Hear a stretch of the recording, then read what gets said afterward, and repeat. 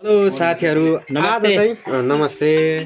आज चाहिँ हामीले चाहिँ के भने विशाल सरसँग एउटा राम्रो कुरा चाहिँ उहाँलाई जानकारी थाहा छ, सिकाउँछु भन्दै हुनुहुन्छ के मलाई। मैले चाहिँ कहिले पनि यो सुनेको थिइनँ। ल म सुन्नु रेडी छु। नमस्ते, म विशाल राई। मेरो साथी दिपक छेउमा हुनुहुन्छ। हामी चाहिँ डिउ हल्का खाँदैछौँ। दिपकलाई थाहा छैन रहेछ, मैले उहाँलाई सिकाउँदैछु, तर तपाईँहरूलाई पनि थाहा छैन भने सुन्नु होला। पहिला भगवानले चाहिँ हामीलाई माथि बोलाउनु भएछ, अनि सुरुमा चाहिँ शेर्पा गयो अरे। ए हाम्रो जात जातिको कुरा छ नि यहाँ चाहिँ। माथि भगवानले चाहिँ एउटा एउटा पोका दिन्छ, केटा हो आऊ भने अरे।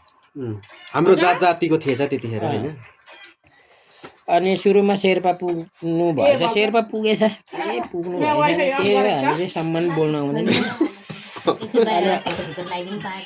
भगवानले चाहिँ बालक आइपुग्यो भनेर एउटा पोका दिबाट घरमा खोलेर हेरेको अरे। त्यसमा चाहिँ सम्पत्तिको पोका थियो अरे। शेर्पाले सम्पत्तिले शेर्पाले पछ्याउँछ नै हो होइन। शेर्पाको धेरै सम्पत्ति हुँदैन, सत्य हो कि होइन।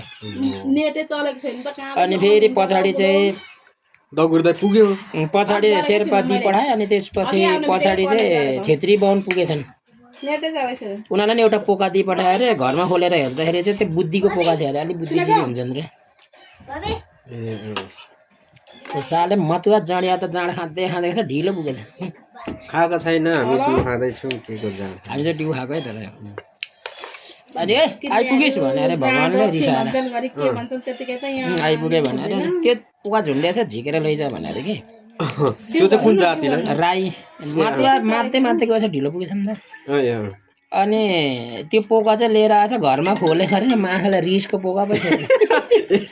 राईहरूको त्यो चाहिँ लास्टै रिसा हुन्छ नि त राईहरू होइन। पछि यसपालि चाहिँ रिसको पोका पो भेट्यो भने चाहिँ पछि पनि बोलाएछ। केटा फेरि पनि एउटा एउटा पोका दिन्छु अब भने चाहिँ अगाडि रिसको पोका मात्रै भेटेको राईले।